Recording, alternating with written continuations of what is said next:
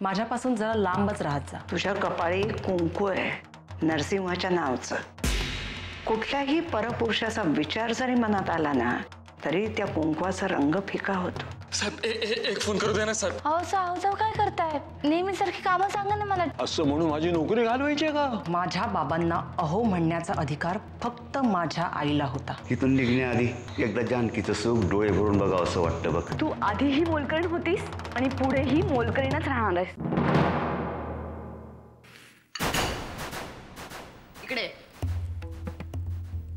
ये। ही तुझी जागा आहे आणि हीच तुझी लायकी आहे, त्यामुळे इथे बसून खायचं। चल बस बस। जानकी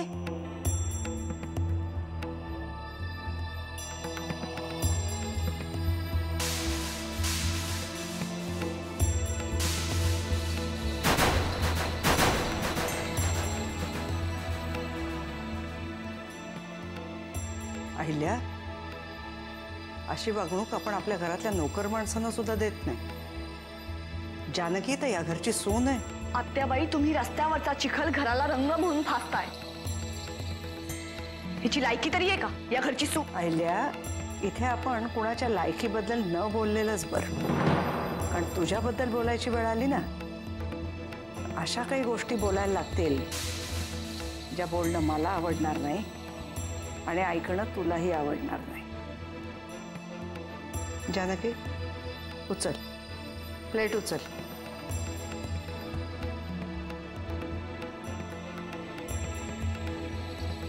ये बस इथे। मी हिला या खुर्चीत बसू देणार नाही। ब्रह्मदेवाचा बाप जरी आला ना तरी तिला या खुर्चीत बसण्यापासून रोखू शकणार नाही।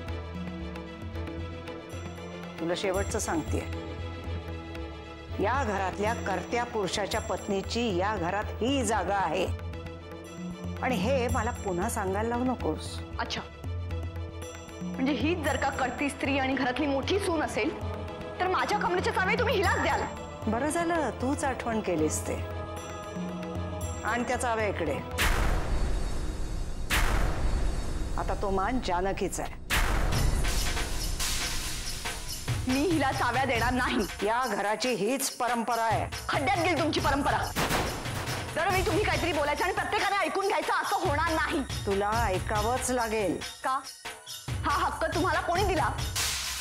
मुळात तुम्ही किल्लेदार आहातच कुठे? या घरात माझे काय हक्क आहेत आणि काय नाही हे तू मला सांगायची गरज नाहीये। तू लग्न होऊन किल्लेदार म्हणून इथे आलीस।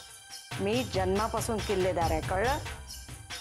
पण 4 दिवस का होईना तुमच्या कपाळी कोणाचं तरी कुंकू लागलंच होतं ना? त्याचं काय? माझ्या पुसल्या गेलेल्या कुंकवाबद्दल बोलायचा तुला काहीही अधिकार नाहीये अहिल्या। आत्याबाई, सुभावराव आणि रखमा आलेत।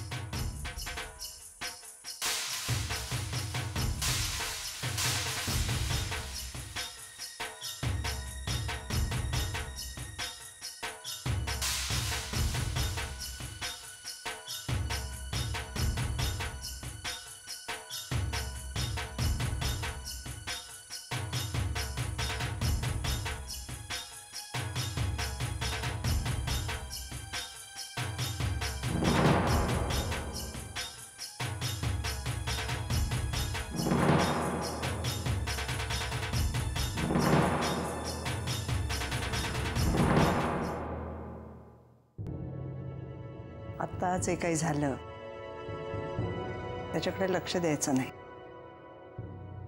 हिला कसं वटणीवर आणायचं ते मला चांगलं माहिती आहे. जा आई बाबांना भेटून ये. जा.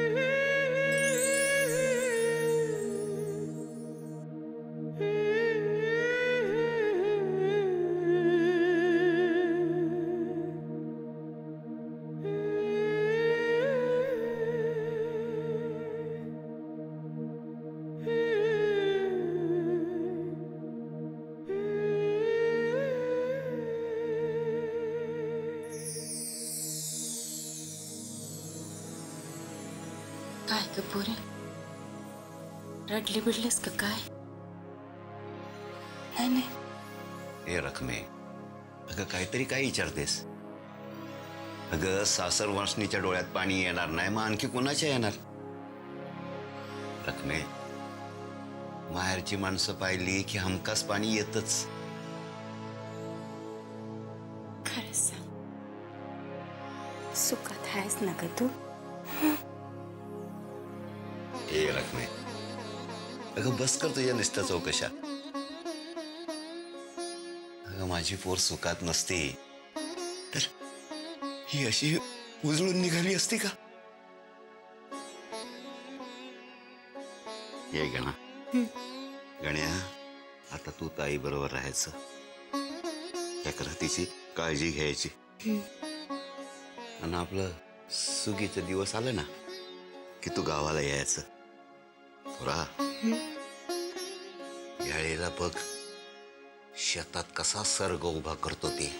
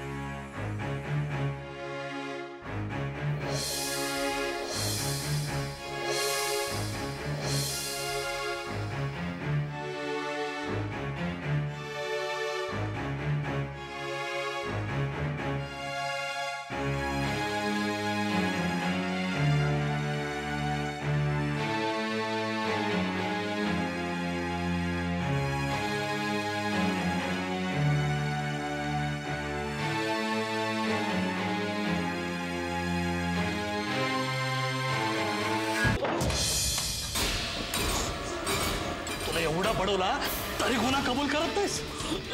आज ना उद्या तुला गुन्हा कबूल करावा लागणारच. त्यापेक्षा आताच कर ना. जानकीला फसवलाय त्यांनी. माईला तुझ्या कालपासून एकच बडबड चालली. जानकी जानकी जानकी. त्यापेक्षा गुन्हा कबूल कर. माईला तुझ्या.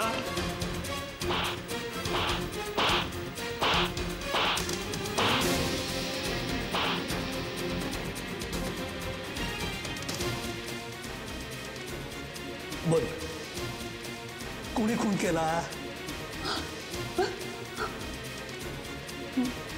मी केला. अरे म्हणजे आधीच सांगितलं असतंस तर मार वाचला नसता. चला चला आता कडी फोडायला चला. जानकीला फसवलंय साहेब. सगळ्यांनी मिळून फसवलंय साहेब. तिला वाचवा साहेब. माईला तुझ्या स्वतः चितेवर झोपला तो झोपला आणि आता दुसऱ्याची काळजी.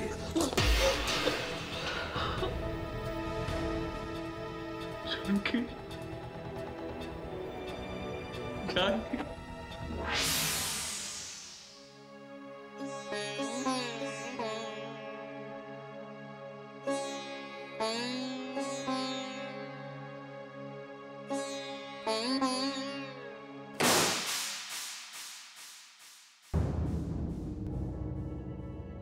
एवढं सगळं होऊन सुद्धा तुझ्या तोंडी देवाचं नाव येतच कसं?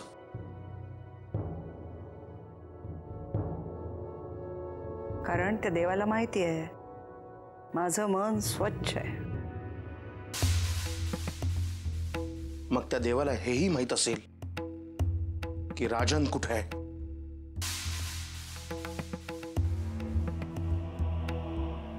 त्याची काळजी तू नको करूस. एनिवे, मी इथे तुझ्याशी वाद घालायला आलो नाहीये.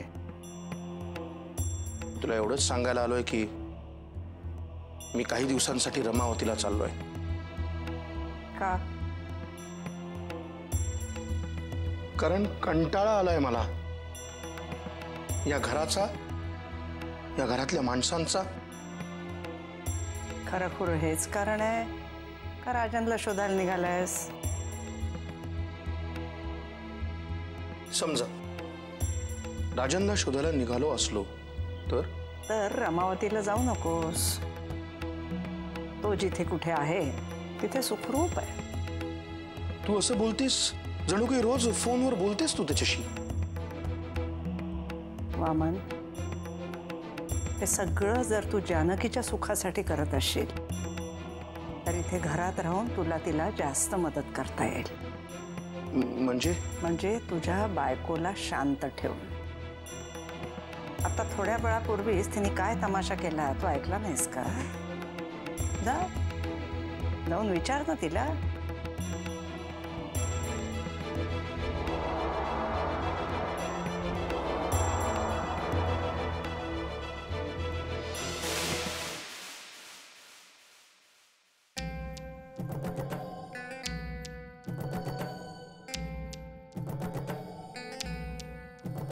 नमस्कार वहिनी साहेब.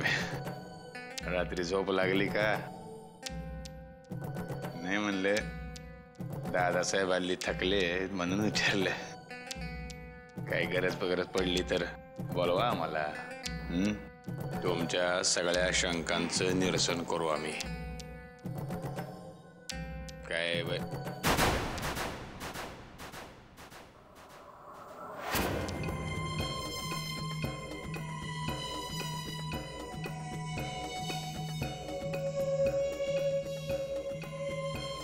Good morning. जरा वहिनींची चौकशी करत होतो.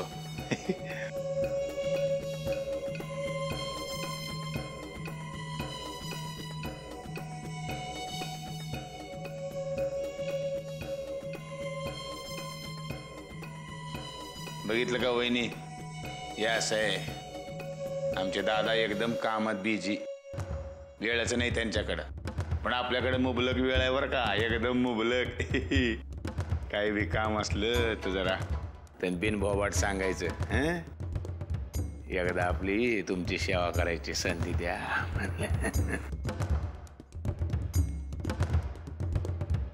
वा परशू,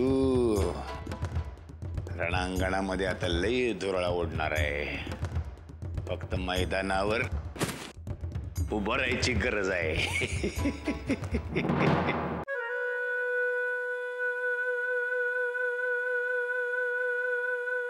सुमिताई, अरे वा, आमचं अहोभाग्यच म्हणायचं. आज मोठ्या बाईसाहेबांचे पाय आमच्या खोलीला लागले. मग कसं वाटतंय बहिणी साहेब?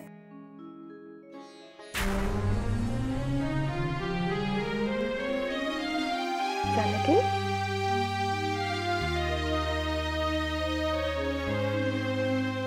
काय ग, काय झालं? काय वागला राजन माझ्याशी असा?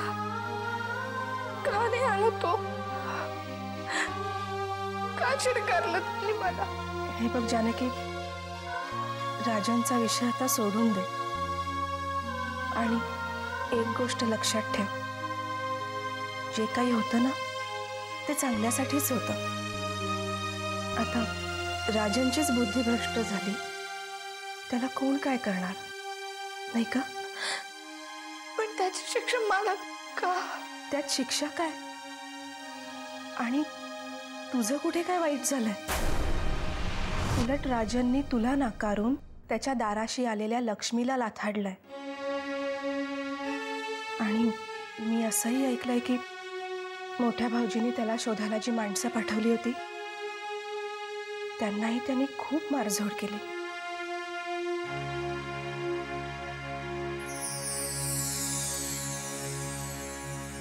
पण तो तर खूप शांत होता.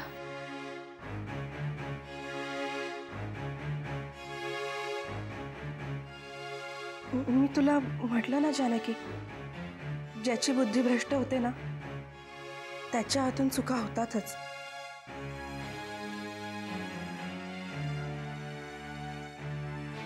बरं ते जाऊ दे. मग नवी नवरीबाई, कसं वाटलं आमचं घर? छान आहे.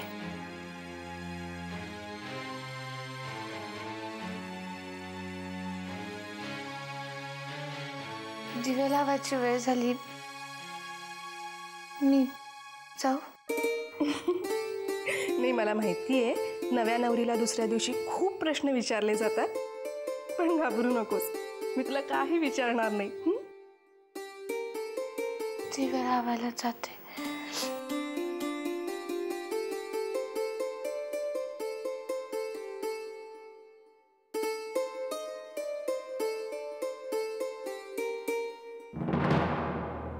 तात्याबाई, औक्षवंत बा.